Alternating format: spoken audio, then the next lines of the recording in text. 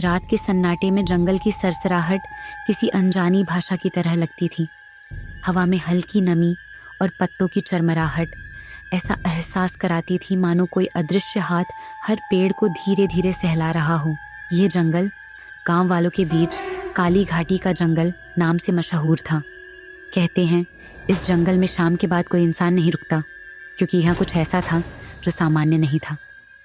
गांव के बाहर जंगल के ठीक किनारे पर बसे छोटे से टोले में कुछ ही परिवार रहते थे। उनमें एक युवक था, राहुल। राहुल एक साहसी और जिज्ञासु स्वभाव का लड़का था।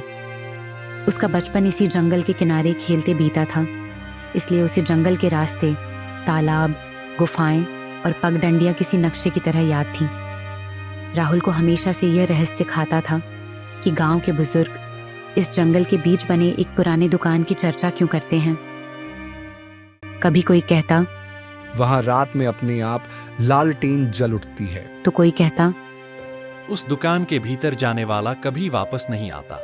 राहुल को पहली बार इस दुकान के बारे में तब पता चला जब वह 12 साल का था। गांव के एक बूढ़े बाबा, गणेश बाबा, ने रात के समय आग के पास बैठकर बच्चों को डराने वाली कहानियां सुनाई। उन्हीं कहानियों में जंगल की दुकान का जिक्र आया। बाबा ने कहा था, बच्चों, वो दुकान इंसानों की नहीं, परछाइयों की है। वहां कोई सामान खरीदने नहीं जाता, वहां लोग अपनी तकदीर छोड़कर आते हैं। बच्चे डर के मारे सहम गए, लेकिन राहुल के मन में जिज्ञासा की चिंगारी जल गई। अब राहुल 22 साल का हो चुका था। गांव में उसका छोटा सा खेत था और वह खेती किसानी करता था, मगर उसके मन के किसी कोने में अब भी उस दुकान को देखने की चाहत बाकी थी।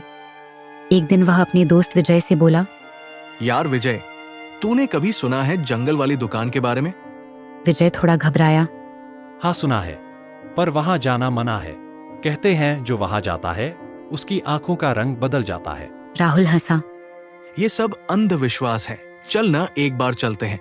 विजय ने मना कर दिया, लेकिन राहुल के मन में ठान चुकी थी कि उसे खुद देखना होगा। जंगल की ओर पहला कदम, एक अमावस्या की रात। राहुल ने तय किया कि वह अकेले जाएगा। उसने बैग में टॉर्च, कुछ पानी और एक लकड़ी का डंडा लिया। माँ से कहा, मुझे खेत में देखना है, पानी की मोटर खराब हो गई है। और निकल पड़ा। जंगल के अंदर घुसते ही वातावरण बदल गया। गांव के किनारे की ठंडी हवा अब सीली और भारी हो गई थी। पत्तों की सरसराहट और झींगुरों की आवाज़ एक अजीब लय बना रही थी। राहुल ने टॉर्च जलाकर पगडंडी पकड़ ली। चलते चलते उसे बचपन में सुनी बाबा की बातें याद आ रही थीं। रास्ता धीरे धीरे और घना होता गया। कुछ दूरी पर उसे एक पुराना कुआं दिखा, जो अक्सर गांव के लोग जंगल में जाते वक्त पहचान के लिए इस्तेमाल करते थे। कुएं के पास ही एक टूटी फूटी लकड़ी की नाव जैसी चीज पड़ी थी। राहुल ने सोचा, यही रास्ता सही होगा। लगभग आधा घंटा चलने के बाद अचानक उसे लगा जैसे पेड़ बदलने लगे हैं। शाखाएं कुछ इस तरह झुकी थीं मानो एक गुप्त रास्ता बना रही हों। रास्ते में एक पुराना बोर्ड पड़ा था जिस पर काई जमी हुई थी। उसने काई हटाई तो धुंधले अक्षरों में लिखा था, दुकान 1 किलोमीटर।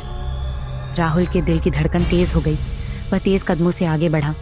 अब जंगल में हल्की हल्की नीली रोशनी झिलमिलाने लगी।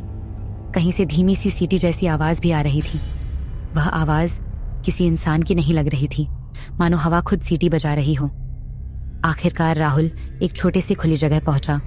वहाँ पेड़ कुछ दूरी पर थे और बीच में लकड़ी और पत्थर से बना एक अजीब सा ढांचा खड़ा था। वह दुकान थी। दुकान का दरवाज़ा थोड़ा टेढ़ा था और ऊपर लाल रंग के फीके अक्षरों में लिखा था, सब कुछ मिलेगा, कीमत आपकी किस्मत।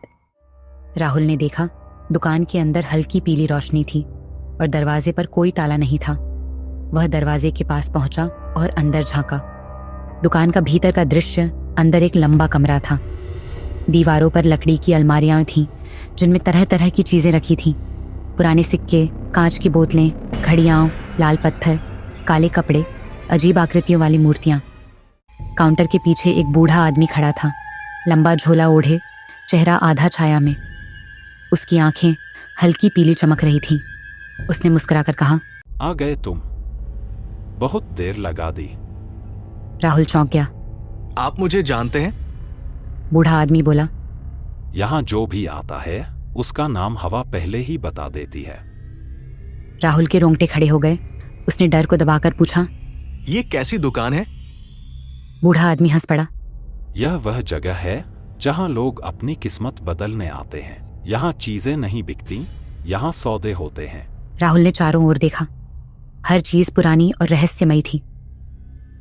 बूढ़ा बोला, तुम्हें क्या चाहिए? धन, शक्ति, ज्ञान या कोई खोई हुई चीज? राहुल ने कहा। मुझे कुछ नहीं चाहिए, मैं तो बस देखने आया हूं। बूढ़ा मुस्कुराया। देखने वाले को भी कीमत चुकानी पड़ती है।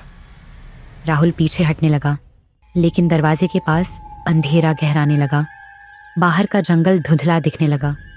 बूढ़ा बोला, डरो मत, अगर बिना सौदा किए जाना चाहते हो तो एक सवाल का जवाब दो।